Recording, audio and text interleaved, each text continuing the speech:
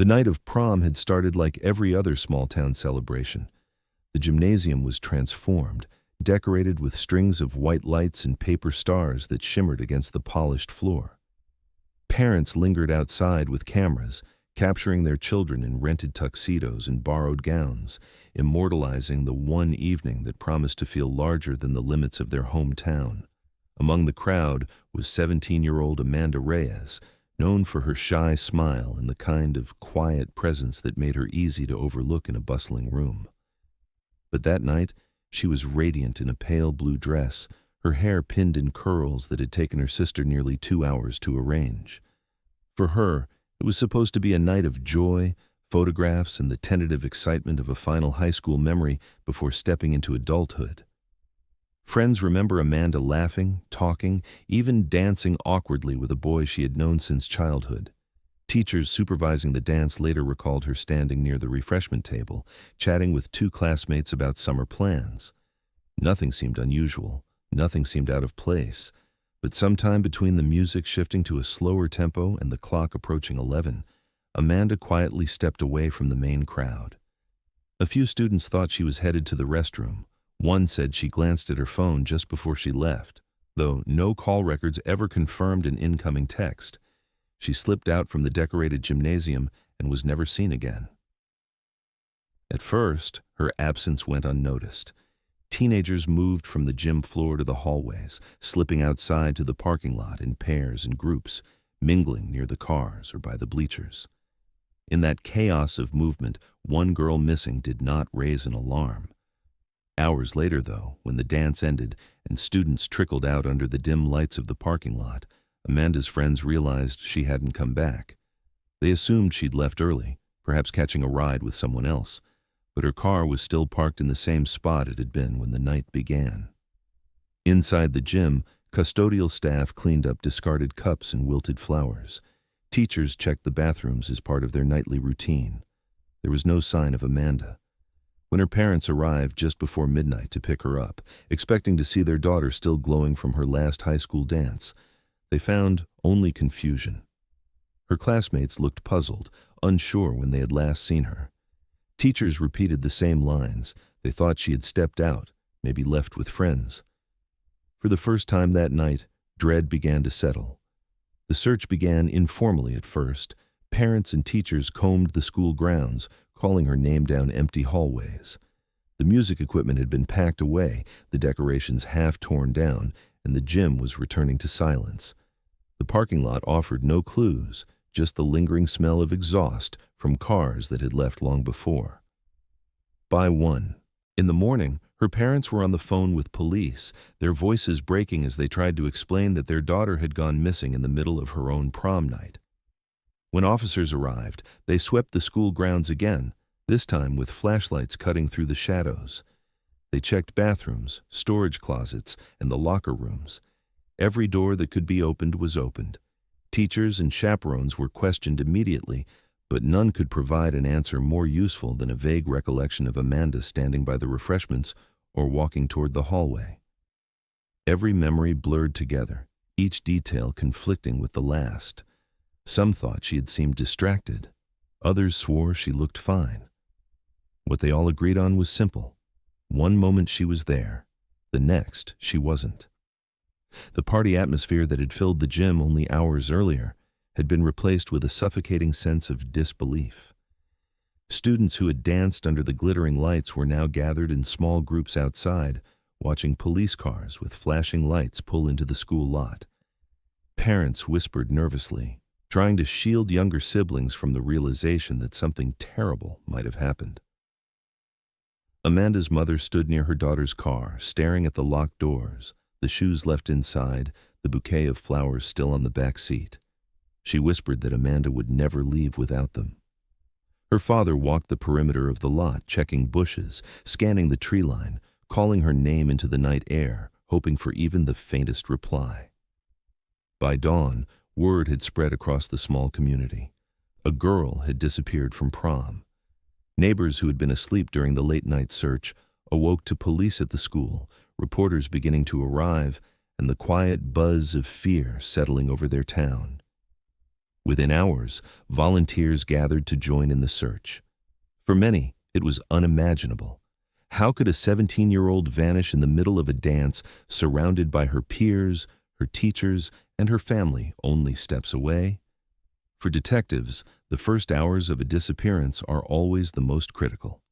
They began piecing together Amanda's final known movements, interviewing students who admitted they had seen her walk toward the gym hallway. A few swore they noticed someone standing near the exit doors, though no one could provide a clear description. Was it another student, a teacher, a stranger? The accounts blurred under the weight of uncertainty. As the sun rose, the decorated gymnasium sat eerily quiet, remnants of the night before scattered across the floor. Police began taping off the area, treating it as a potential crime scene. The realization hit everyone at once. Amanda hadn't just stepped away. She was missing, and the clock had already been ticking for hours. That was the moment fear turned into something darker, suspicion. And yet, in those first frantic hours, no one could have guessed that Amanda's disappearance would stretch far beyond that single night. No one could imagine that 13 years later, the very walls of that gym would give up a secret that had been hidden in plain sight all along. The morning after Amanda vanished, investigators focused on the school's parking lot. It was the last place where every trace of her life seemed to pause in mid-motion. Her car, a used silver sedan she had only recently learned to drive, was found exactly where she had parked it before the dance. The doors were locked, the keys missing, but nothing appeared forced.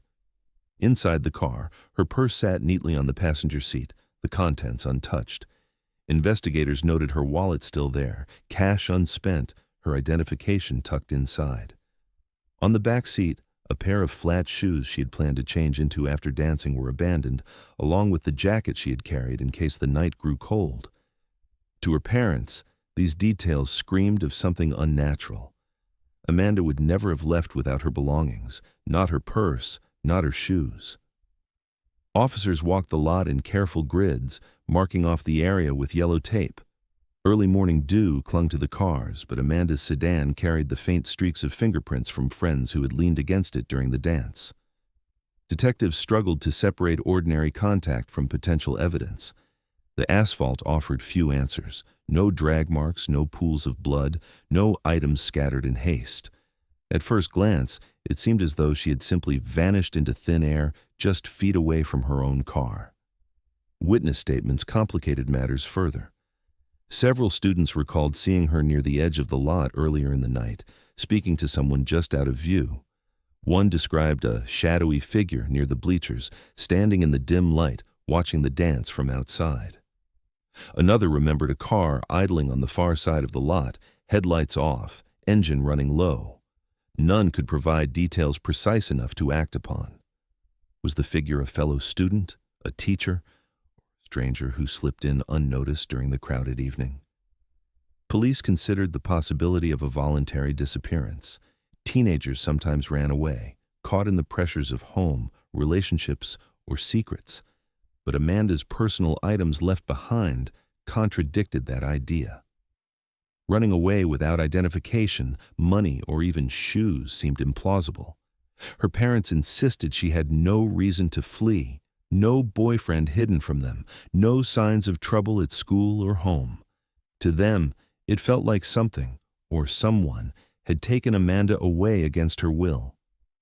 Detectives also scrutinized the flow of vehicles in and out of the lot that night. Teachers had been assigned to monitor exits, but memories were inconsistent. Some reported seeing a dark-colored car circling more than once. Others dismissed it as parents picking up students. Without surveillance cameras on school property in that era, there was no footage to clarify the confusion.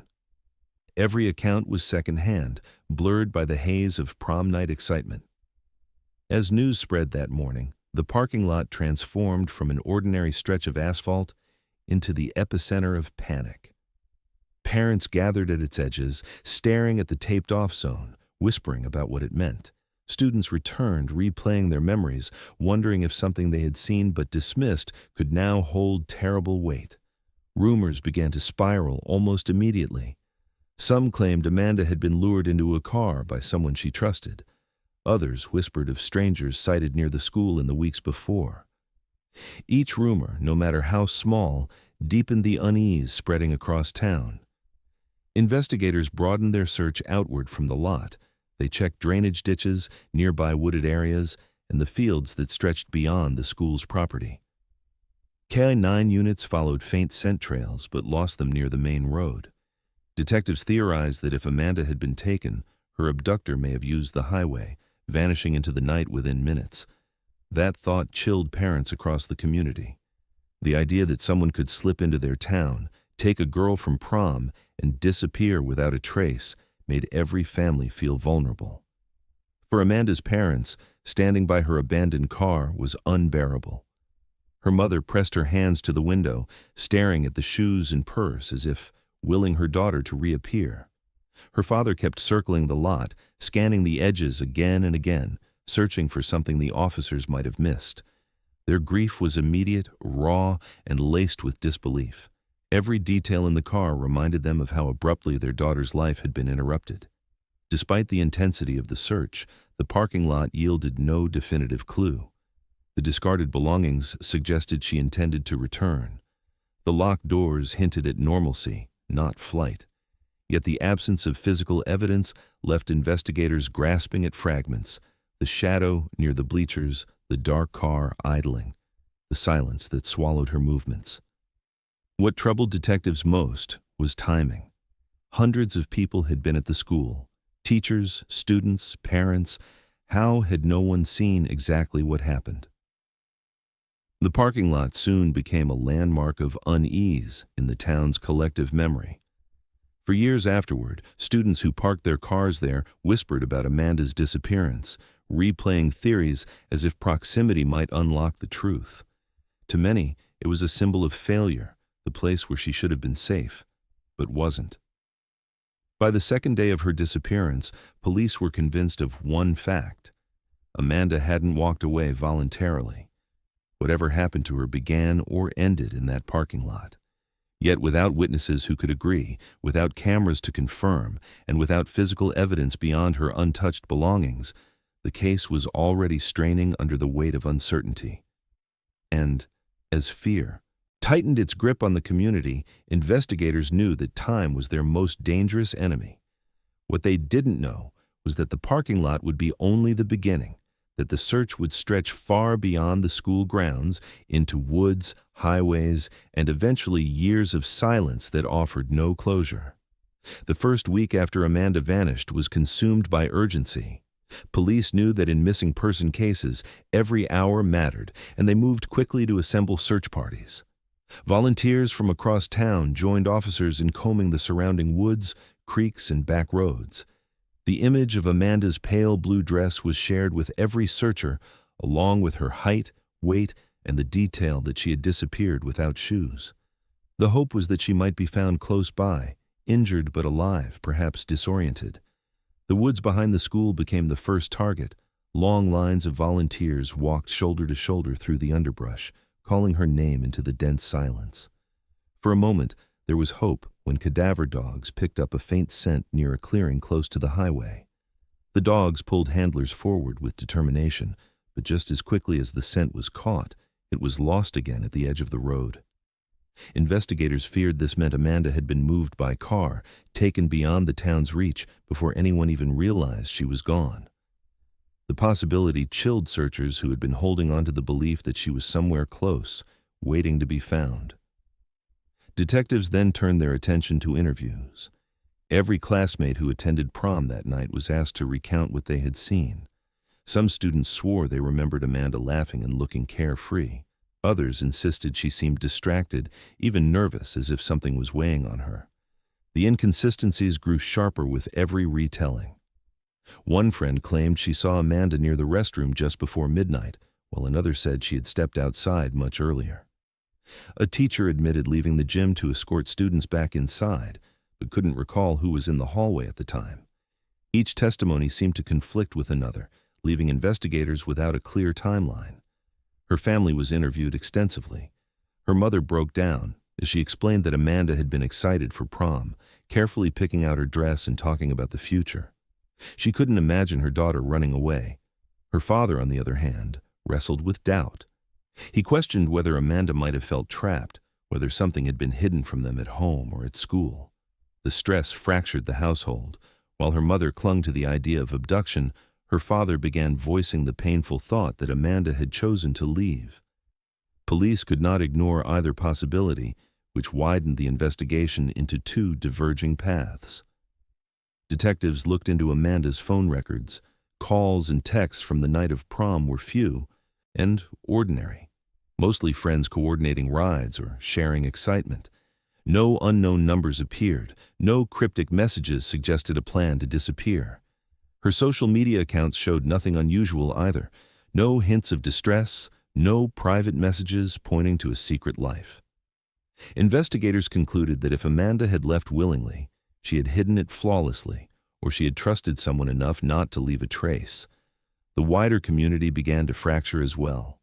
Rumors spread quickly, carried through neighbors, church gatherings, and coffee shops. Some whispered about a teacher who seemed too attentive to Amanda, others about a boy she was rumored to have rejected. A stranger's car, spotted by multiple people in town in the weeks leading up to prom, became the subject of speculation. Fear gave way to suspicion, and in a town where everyone knew each other, trust began to erode. Parents watched their children more closely.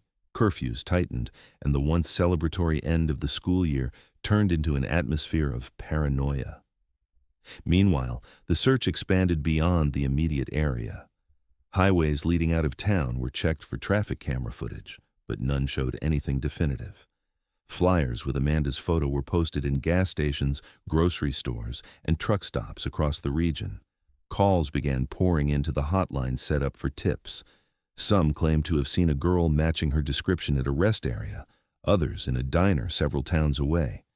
Detectives followed each lead, but none led to Amanda. Each dead end weighed heavily on both investigators and her family. By midweek, vigils were held at the school. Students gathered, holding candles in the same parking lot where Amanda's car still sat under police watch. Her classmates cried, clutching one another as they whispered about her laugh, her quiet kindness, the memories that now carried an unbearable edge of finality. Her mother attended every vigil, her face pale, eyes locked on the horizon as if willing her daughter to walk back into view. Her father rarely attended, spending his time driving country roads, scanning fields and ditches, unwilling to sit still while the hours ticked by. Police pressure mounted as local media began reporting daily on the disappearance. Questions from reporters pushed investigators to the edge. Was this the work of someone Amanda knew? Or had a stranger moved silently through prom night, choosing a victim in the middle of a crowd? Detectives had no answers, only theories, each more troubling than the last. By the end of the first week, exhaustion set in. Volunteers returned to their jobs, search parties grew smaller, and the once frantic pace slowed into a grinding uncertainty. Detectives privately admitted that without new evidence, the trail was going cold. For the Reyes family, the shift from immediate crisis to waiting was unbearable. Amanda's mother refused to let go of the belief that her daughter was out there, somewhere, needing rescue. Her father, though, began to steel himself against a darker reality.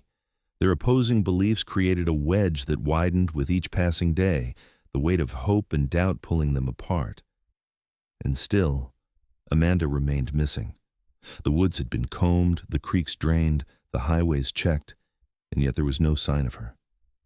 What haunted detectives most was the sense that someone, somewhere, knew exactly what happened, but had managed to keep it hidden.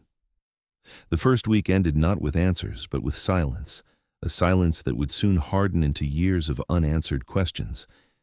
In the days that followed the first desperate searches, the investigation began shifting from the physical landscape to the realm of rumor and speculation.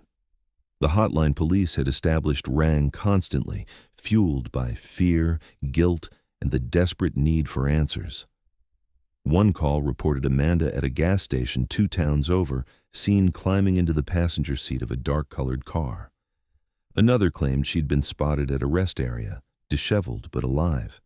A third caller insisted they had seen her in a diner off the interstate, eating quickly before slipping out the back door. Detectives dispatched units to every location, reviewed grainy surveillance footage when available, and interviewed employees and customers. Each lead evaporated within hours. The girl on the tape was someone else. The woman in the diner was a stranger passing through, the eyewitness mistaken. Hope rose, then collapsed, over and over again. As tips spread outward, so did stories within the community. High school gossip twisted into full-blown theories. Some classmates whispered that Amanda had a secret boyfriend, someone older, someone dangerous. Others claimed she had been unhappy at home and had planned to run away on prom night, choosing the dance as her final performance before disappearing. Investigators pressed her closest friends, demanding details, but none could confirm the existence of any relationship beyond the ordinary. Her social media showed nothing, her phone records provided no hint, and her parents denied any suggestion that she had wanted to leave. Yet the theory lingered, feeding suspicions and dividing opinions. Police leaned on forensic testing, hoping science could uncover what witness accounts could not. Amanda's car was carefully processed, every surface dusted for fingerprints, every fiber collected, every trace examined. What they found frustrated them. The prints on the car belonged to classmates, friends who had leaned against it or grabbed the handle during the dance. No unidentified fingerprints emerged. Her shoes inside the car held only her own DNA. Her purse, untouched, carried no foreign evidence. It was as if whoever had encountered Amanda that night had left nothing behind at all. The gym and hallways were treated with equal scrutiny. Custodial closets, bathrooms, and storage areas were searched for signs of struggle, for discarded fibers or drops of blood. Forensic teams emerged empty-handed. No bloodstains, no foreign hair, no torn fabric hidden in the corners. The scene gave the appearance of normalcy, as though Amanda had walked out under her own power. Yet, investigators could not reconcile that with the belongings she had abandoned and the life she had left suspended. With no evidence to anchor the investigation, detectives turned back to the people who knew her best. Teachers were interviewed again, their timelines reconstructed minute by minute. Parents of classmates were asked to review the night with fresh detail, to consider if their children had come home late, if any clothing had gone missing, if cars had unexplained mileage. Families bristled at the insinuation, but detectives had little choice. In the absence of strangers, suspicion fell on those within reach. Theories hardened in opposite directions. One camp in the community believed Amanda had been abducted by someone unknown, an opportunist who slipped in unnoticed during the crowded event. The other camp believed the answer lay within the school itself, among the people she trusted. Whispers grew about a teacher who had been seen alone during parts of the dance, about a student who left abruptly, about a janitor who never returned to his job after that summer. Each rumor added another layer of mistrust, spreading cracks through the once tight-knit town. Media coverage intensified the divide. Local stations ran nightly segments, repeating the same grainy yearbook photo, the same description of her dress and her last known moments. Reporters leaned heavily on speculation, replaying the mystery boyfriend theory, and suggesting Amanda may have orchestrated her own disappearance. For her family, watching these broadcasts was a new form of torture. Her mother pleaded publicly for the focus to remain on finding her daughter alive, while her father began to retreat from the spotlight, exhausted by the relentless cycle of hope and disappointment. By the end of the month, detectives admitted privately that the case was cooling. They had exhausted the physical evidence, run down every tip, and sifted through every rumor. Nothing tangible pointed to where Amanda had gone or who had taken her. The hotline grew quieter, the search parties smaller, the media attention began to drift. What had once felt like an urgent, solvable mystery was slowly hardening into something else, a silence that resisted every effort to break it. For the town, that silence carried a sharp chill. Parents who once felt secure now eyed strangers warily and locked their doors at night. Students who had danced under the lights of the gym now carried the shadow of a missing classmate into their futures. Every year, As prom season returned, Amanda's name resurfaced like a wound that refused to heal. And beneath the surface of the community, mistrust festered, because if no one outside had been responsible, then the terrifying question remained. Was the person who knew what happened to Amanda still among them, living quietly, hidden in plain sight? 2 years after Amanda disappeared, her case file was no longer on an active detective's desk. It had been moved into a gray filing cabinet in the corner of the station, labeled with one word that carried its own quiet weight: Unsolved.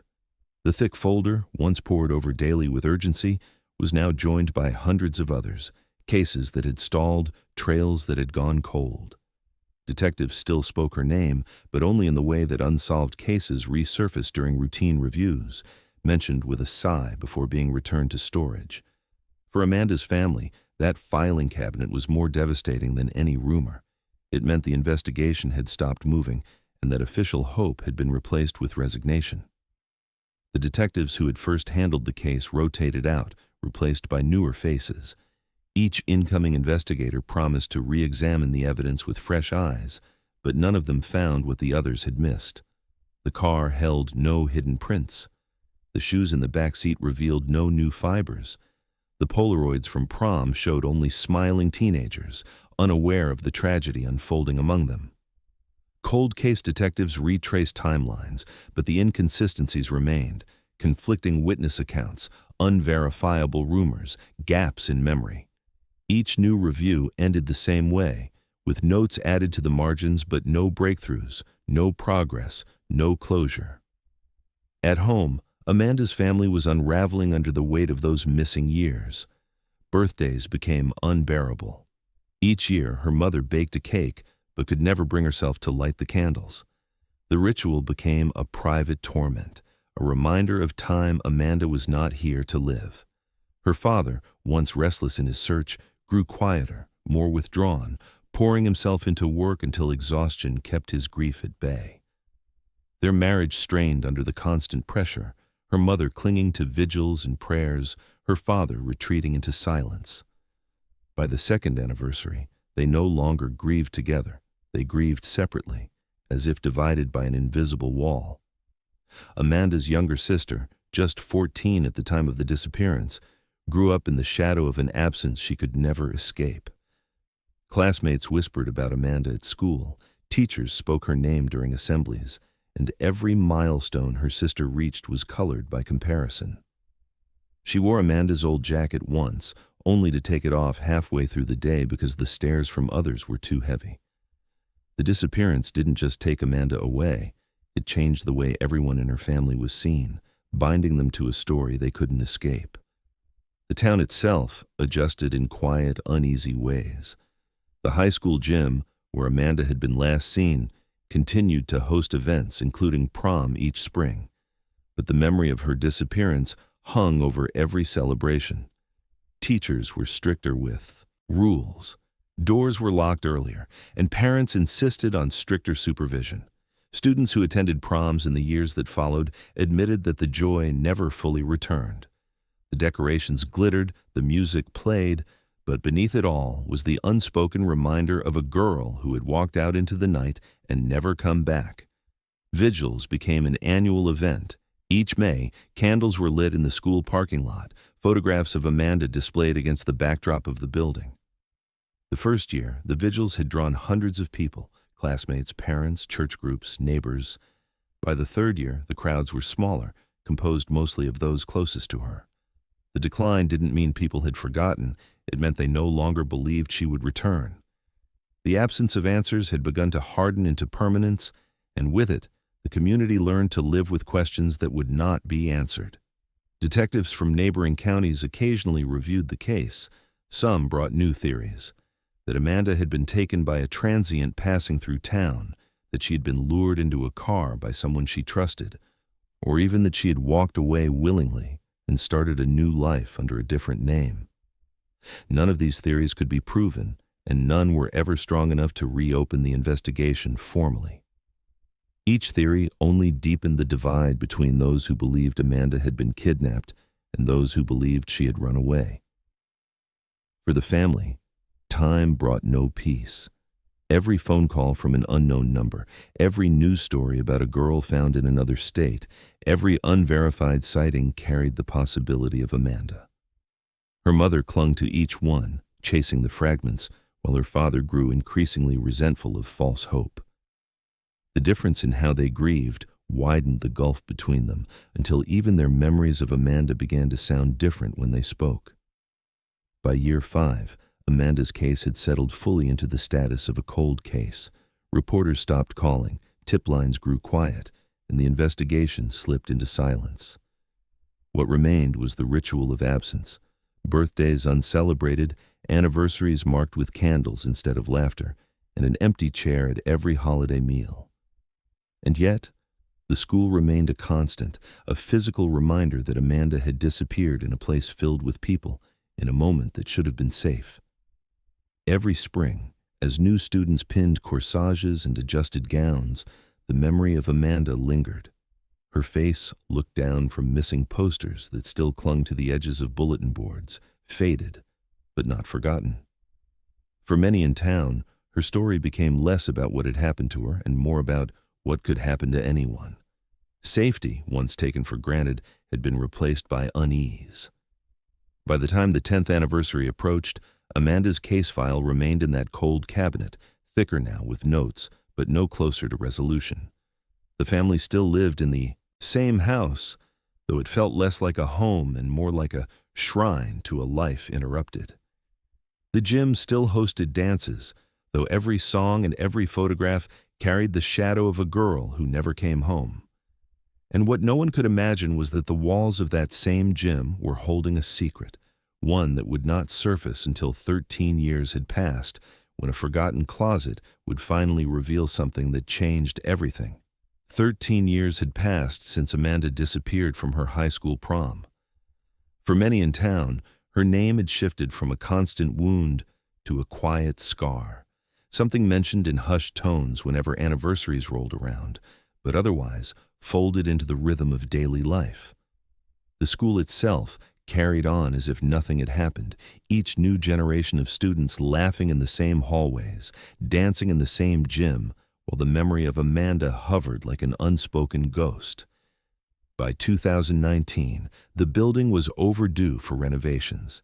Years of events had worn the gym down. The bleachers creaked, the lockers rusted, and dust gathered in places few ever thought to check. That summer, the district finally approved the funds for a complete overhaul. Contractors were brought in, their focus practical, not historical. To them, the building was just another job site, not the last known location of a missing girl. The crew began by stripping the gym of its old features. Lockers were unbolted and hauled out, paint scraped away, and decades of grime swept into piles. They worked methodically, removing everything until the walls were bare. During the second week, one worker noticed a section of the gym closet that didn't look like the rest. It had been sealed, painted over years ago, and was oddly recessed from the wall. At first, they assumed it was just an outdated repair or forgotten storage. But when they pried it open, dust billowed out in heavy clouds, coating the air with the smell of stale neglect. Inside, the space was cramped and dark, clearly untouched for years. As they cleared the closet, one worker's crowbar struck something beneath the floor. The sound was sharp, metallic, and out of place against the hollow wood. Curious, they pulled up a loose tile, expecting to find pipes or old wiring. Instead, hidden in the dust, was a small locked box. The crew froze. The discovery didn't look like construction debris. It looked deliberate, as if someone had placed it there and ensured it stayed buried. Word spread quickly among the workers, their voices dropping to uneasy whispers as they debated what to do. Some thought it might be nothing more than an old time capsule left behind by students decades earlier. Others felt the weight of something darker. The site foreman, aware of the school's history, remembered the story of the girl who had disappeared from prom. He ordered the crew to stop work immediately and called the police. Within an hour, detectives were back inside the gym for the first time in years, the yellow tape once again cutting across a space that had become routine. When the officers lifted the box from its hiding place, They noted the lock had rusted with age, but the container itself remained intact. Its placement under the tile, in a closet that had been sealed, suggested secrecy. This wasn't something lost or forgotten. It was hidden. The discovery brought a wave of unease through the crew, many of whom realized they had stumbled into the center of a story they had only heard whispers about. Reporters soon arrived outside the school, cameras trained on the gym where, for the first time in over a decade, investigators believed they might finally hold a clue to Amanda's disappearance. The town reacted with shock. For 13 years, her case had been a cold file gathering dust in a cabinet. Now, suddenly, there was something new, something that had been sitting inside the school the entire time. Parents who remembered the original search shook their heads in disbelief. Students who had only heard the story secondhand now watched as history collided with the present. It was as if the building itself had finally decided to give up part of its secret. Detectives handled the box with care, transporting it to the lab rather than opening it on site.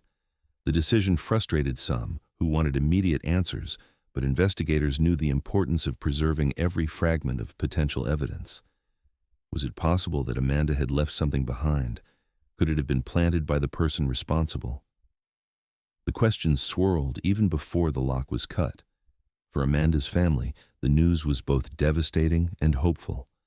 Her mother admitted she had long prayed for any sign, any piece of evidence to prove her daughter hadn't simply disappeared into nothing. Her father, hardened by years of silence, said little, but his eyes betrayed the fear of what might be found inside.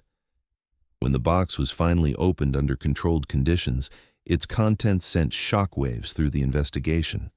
But even before the details were revealed, the fact of its existence alone reignited a case thought long dead. For detectives, the 13th year was no longer about anniversaries and vigils. It had become something else entirely, the reopening of a door they thought had been sealed forever.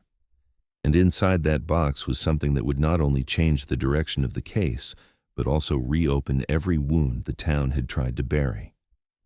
When the rusted lock was finally cut, and the small box eased open under the sterile lights of the forensic lab, investigators were prepared for disappointment.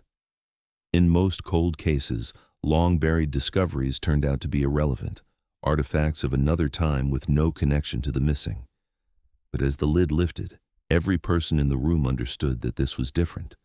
Inside lay 3 items, each more unsettling than the last. The first was a faded corsage, brittle with age, its petals pressed and crumbling, preserved in dust rather than care.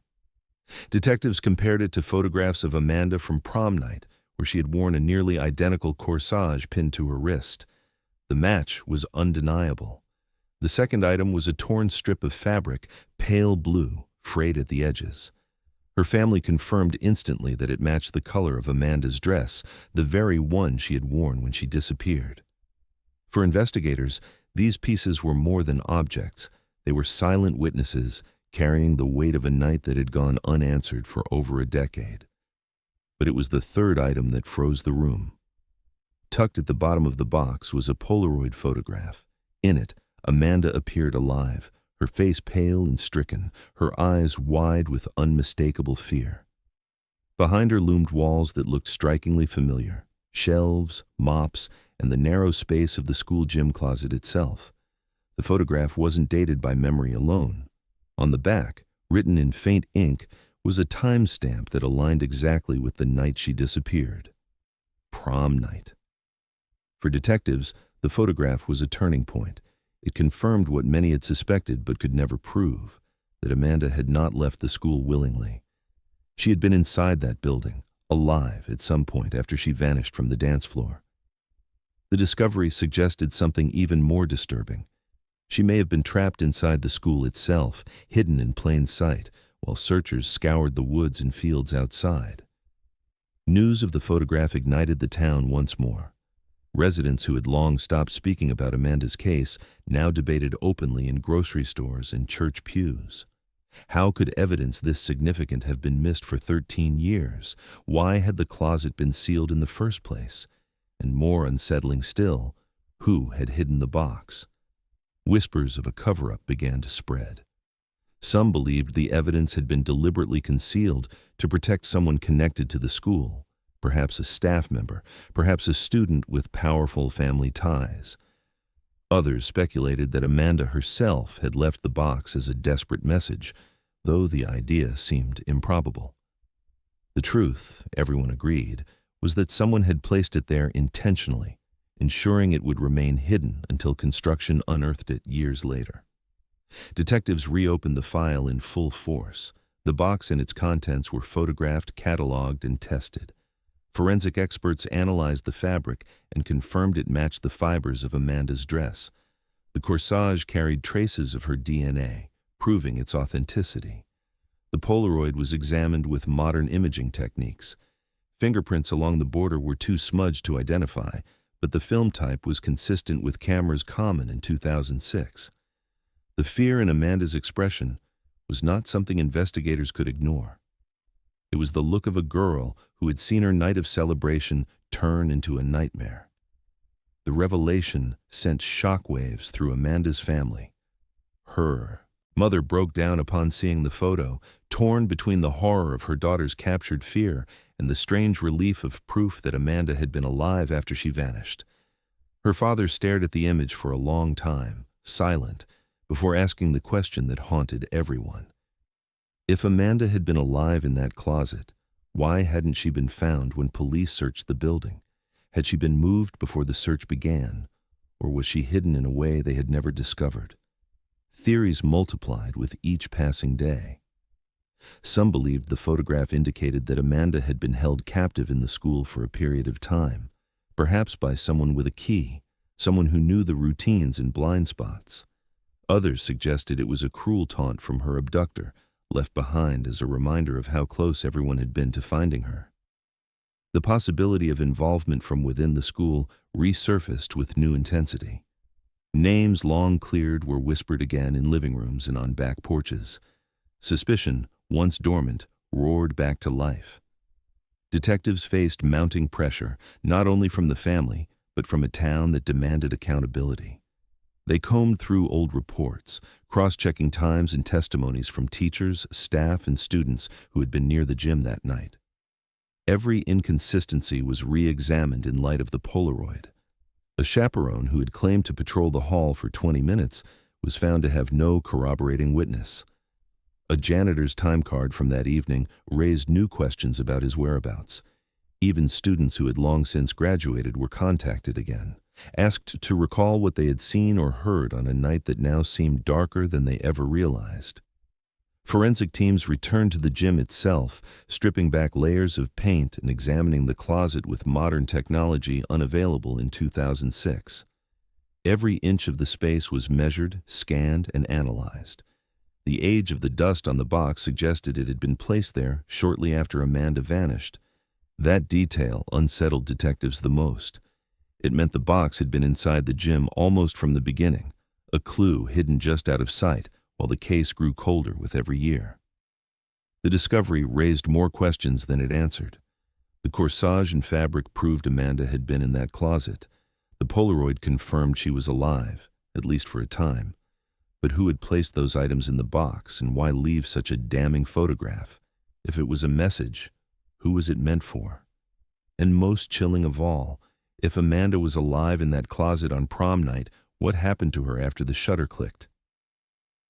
With the Polaroid in hand and the box recovered from the closet, investigators turned their focus back to the people who had been inside the school the night Amanda vanished. 13 years had passed, but names remained written in old reports: teachers who had chaperoned, staff who had been assigned to security, and the janitorial crew that had worked the event. Detectives began tracking them down one by one, determined to reconstruct the night in a way the original investigation never could. One name stood out early. A janitor who had been on staff during the spring of Amanda's disappearance had left town abruptly, just weeks after the prom. Records showed he had never collected his final paycheck, never returned his uniform, and had not updated his address. His departure had been noted at the time, but dismissed as coincidence. Now, with evidence that Amanda had been inside a closet within the school, that detail felt less benign. Detectives located him in another state, working under a different name, and brought him in for questioning. His story was vague, full of gaps, but without direct evidence linking him to Amanda, they could not move forward. The suspicion, however, lingered. Attention also turned to a teacher whose timeline no longer aligned with the events of prom night. In his original statement, he had claimed to be supervising the hallways for nearly the entire evening. But when investigators re-examined the accounts of students and other staff, inconsistencies emerged. Several witnesses remembered his absence during a crucial 30-minute window, the same period when Amanda was last seen. Pressed for clarity, he insisted his memory was simply faulty after so many years. But detectives quietly noted that his explanations shifted each time he was asked. In the court of public opinion, suspicion began to settle heavily on his name. Students, now adults in their late 20s and early 30s, were also re-interviewed. Time had blurred memories, but certain fragments returned with uncomfortable clarity. One woman remembered trying to enter a closet that night to fix a strap on her dress, only to find the door locked. She thought little of it at the time, assuming it was routine. But in hindsight, her recollection aligned eerily with the location where the box was later discovered. Another former student admitted that one of the chaperones had been unaccounted for during part of the night. He recalled checking for a teacher to ask permission to leave early but couldn't find anyone on duty. These gaps, minor at the time, now took on an ominous significance. Theories spread quickly. Parents who had once insisted Amanda had been abducted by a stranger began reconsidering whether the danger had been inside the school all along. The Polaroid, showing Amanda alive in the gym closet, seemed to prove she had never made it outside. If that was true, then someone with access, authority, or familiarity with the building had been involved. The locked closet, the missing chaperone, the vanishing janitor, each detail was added to the growing puzzle of betrayal. Detectives tried to separate fact from rumor. They rechecked the school's maintenance records, searching for any sign that closets had been sealed deliberately. They studied janitorial logs, noting which areas were supposed to have been cleaned that night. Teachers' schedules were cross-referenced against prom timelines, highlighting more inconsistencies. Still, for every suspicion, there was no hard evidence. Theories piled up, but proof remained elusive. The emotional weight on the community deepened. To think that Amanda may have been trapped within the school itself, while hundreds of people danced only feet away, was unbearable. Parents wondered how many times searchers had passed by the very door behind which she had been photographed. The revelation that she may have been kept there, if only briefly, filled people with guilt they had carried silently for years. Amanda's family reacted with quiet devastation. Her mother admitted she had always feared the possibility that someone she trusted had played a role in her daughter's disappearance. Seeing the suspicions now aimed at teachers and staff confirmed her deepest nightmares. Her father, more hardened after years of silence, voiced his anger more plainly. He believed the Polaroid proved that Amanda had been let down by those who should have been protecting her. For him, the photograph was evidence of betrayal. The investigation pressed forward with renewed urgency. Detectives subpoenaed employment records, searched for financial irregularities, and checked alibis that had been accepted at face value in 2006. They began to see the original investigation differently, not just as a search that failed, but as one that might have been obstructed, whether deliberately or through negligence. Some officers began to whisper the word no one wanted to say aloud: cover-up. For the public, it didn't matter whether the suspicions could be proven. Theories hardened into beliefs. Conversations at grocery stores, online forums, and town hall meetings painted a picture of a conspiracy rooted in the school. Was the janitor who left town hiding something? Had the teacher's unexplained absence masked something darker? Or had someone with keys and authority ensured Amanda was never found? Detectives knew they were circling closer to something significant, but each lead ended with the same bitter reality: suspicion without proof, fragments without answers. And yet, the Polaroid lingered like a haunting reminder that Amanda had been alive, frightened, and within those walls. What no one could yet explain was how she left that closet, or who had moved her once the photograph was taken. The Polaroid became the centerpiece of the reopened investigation. Forensics teams applied technology unavailable in 2006, scanning the image at microscopic levels, enhancing shadows, analyzing the grain of the film. The background confirmed what many already feared. The fibers collected in the picture, the faint threads caught on the edge of Amanda's dress, matched the industrial mop strands and paint flecks from the gym closet where the box had been found. There was no doubt. The photograph had been taken inside that space. The walls, the shelving, the cramped dimensions, all aligned perfectly. Amanda had been there, alive, long enough for someone to capture her fear in a frozen instant. The borders of the photograph held their own secrets. Analysts detected smudged fingerprints, barely visible after years of handling and storage. Initial tests dismissed them as too degraded, but with new chemical lifting techniques, faint ridge patterns emerged. Cross-referencing against the original investigation's database revealed something chilling. The partial print shared characteristics with someone who had been questioned back in 2006, then dismissed early on. That name, long considered irrelevant, was suddenly thrust back into the center of suspicion. Detectives moved cautiously, aware that the evidence was fragile, but the revelation reignited anger among Amanda's family. Had the answer been there all along, overlooked in the chaos of those first weeks? Despite the breakthrough, the Polaroid left investigators with more questions than answers. If Amanda had been photographed alive in the closet, what happened afterward? No remains were ever found in or around the school. No trace of blood, no signs of a struggle.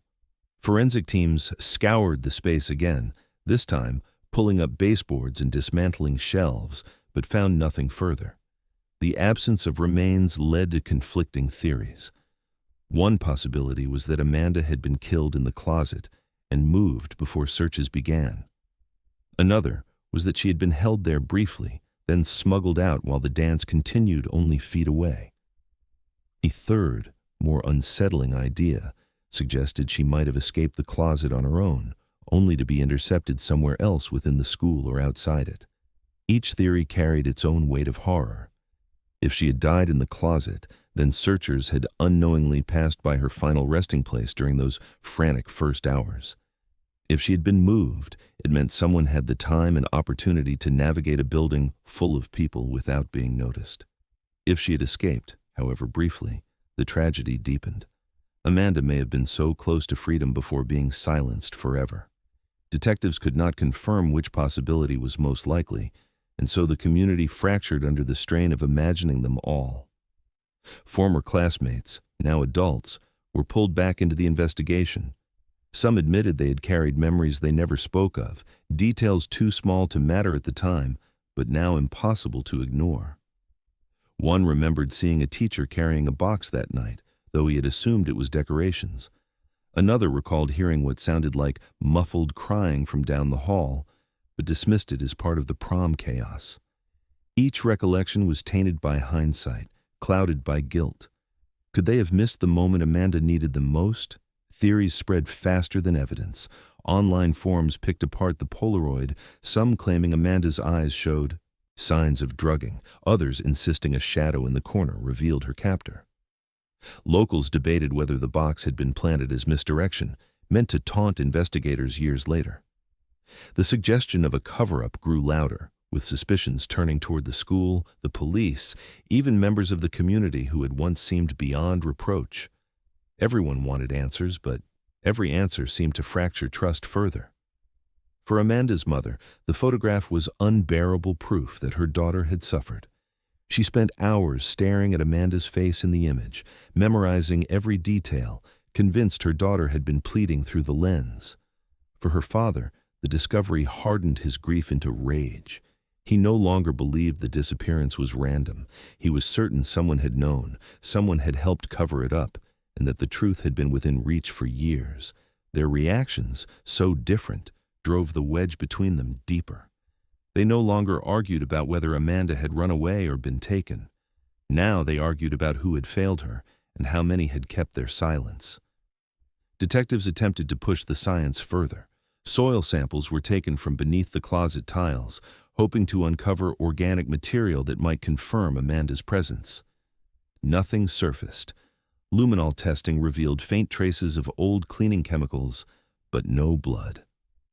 Forensic experts explained that if Amanda had been moved quickly, the space could have been scrubbed before the first search, leaving nothing detectable years later. That possibility, someone erasing evidence while searchers still called Amanda's name nearby, was more disturbing than the lack of results. The absence of remains left the town suspended in limbo.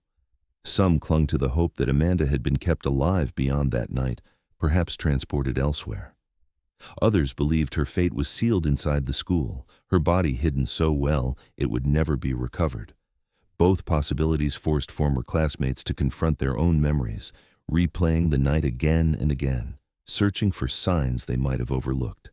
Many admitted privately that they avoided the gym for years, unable to reconcile the space of celebration with what it now represented. The photograph had reopened the case, but it also reopened wounds the town had buried. Parents who had once trusted the school now wondered how safe their children had ever been. Teachers who had chaperoned prom faced quiet suspicion, even from former students who once respected them. Friendships fractured as accusations spread. Everyone seemed to know something, or to believe someone else was guilty. And yet, the truth remained hidden behind layers of conflicting evidence and silence. As detectives continued their work, one chilling reality became clear. Amanda had been alive after she disappeared from the dance floor. She had been photographed in a place that should have been safe, but wasn't. And whoever had been with her in that moment had never come forward. When investigators thought they had already extracted everything from the Polaroid, forensic experts decided to examine the back of the photograph more closely. At first glance, it showed only the faded date that matched the night of the prom. But under angled lighting and with specialized imaging, faint indentations appeared in the paper. They were shallow, almost invisible, as if someone had pressed hard with a pen but without enough ink to fully leave a mark. Slowly, the words emerged, 3 short phrases that sent shivers through everyone who saw them. Not supposed to be here. Handwriting analysts compared the indentations against samples from Amanda's journals, school assignments, and letters collected from her family. The comparison was conclusive. The slant, the loops, the subtle pressure marks all pointed to her. Experts confirmed it was Amanda's handwriting. That revelation changed the weight of the photograph entirely. It wasn't just evidence that she had been alive inside the closet. It was her voice, scrawled into the paper itself, reaching forward through 13 years of silence. The discovery split the community yet again. Some believed the message was a plea, a desperate attempt to communicate that she had been taken somewhere against her will. Others interpreted it differently, seeing it as proof she had been lured or trapped by someone she knew, writing those words in fear moments before her disappearance turned final. Either way, the message carried an unmistakable tone of dread. Amanda had not left the dance to run away. She had been somewhere she was never meant to be. Detectives re-examined every timeline, every alibi, every corner of the school with renewed urgency. The phrase suggested she had been aware of her danger. If she was not supposed to be here, who decided that? Was it a teacher, a staff member, someone who had authority over the space, or had she stumbled into something by accident, something that someone else needed to hide? Theories once dismissed as far-fetched gained new traction. The possibility of a cover-up was no longer whispered. It was openly considered. For Amanda's family, the revelation was devastating and validating all at once. Her mother broke down when told of the handwriting, clutching the report as if it were her daughter's voice, finally reaching her. She said it proved Amanda had been calling for help all along. Her father, by then long hardened by years of false hope, stared at the words for hours, his grief turning into a grim resolve. To him, the message was not just a clue, it was an accusation. It meant someone had known she was there, someone had silenced her, and someone had kept the truth buried inside that building for over a decade. Theories multiplied. Some argued that Amanda had been held in the closet by someone who worked at the school, someone who knew the spaces students never entered, someone who had the keys. Others believed she may have wandered into the wrong room, witnessed something she shouldn't have, and been silenced to protect a secret. The haunting possibility remained that she had been alive long enough to write that message, alive long enough to understand that her night of celebration had turned into something far darker. Despite the renewed focus, no body was ever found. Investigators searched abandoned properties, drained ponds, and revisited fields and wooded areas that had already been combed in the first days after she disappeared. Each effort ended in the same silence.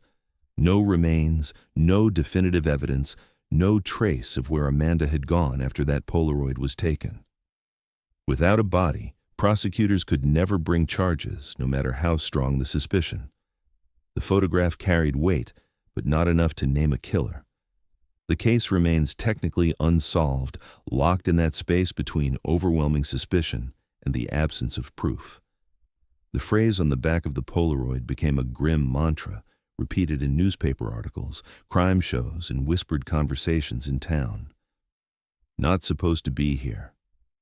For many, it was Amanda's last words to the world. For others, it was evidence that she had been betrayed from within by someone who still walked free. Every spring, when the school hosts another prom, the shadow of Amanda's story stretches across the gym. Students dance under the same lights, music fills the air, and photographs capture the smiles of a new generation. But beneath it all, the memory of Amanda lingers. The closet where the box was found has been permanently sealed, but its existence is now a symbol of the unanswered questions that haunt the school. What makes the case unbearable is not just the loss of a life, but the proximity of the truth. Amanda was there, inside that school, in a space just steps away from safety. She left behind proof of her fear, proof that she knew she was in danger. And yet, despite the photograph, despite the handwriting, despite every theory and every search, her fate remains hidden. 13 years later, the school gave up its secret, but not the whole story. Amanda's body has never been recovered, her abductor never named, her final moments never revealed. The truth may still be inside those walls, buried in silence, waiting. For now, her case endures as one of the most haunting reminders that sometimes the answers are close enough to touch, yet remain forever out of reach.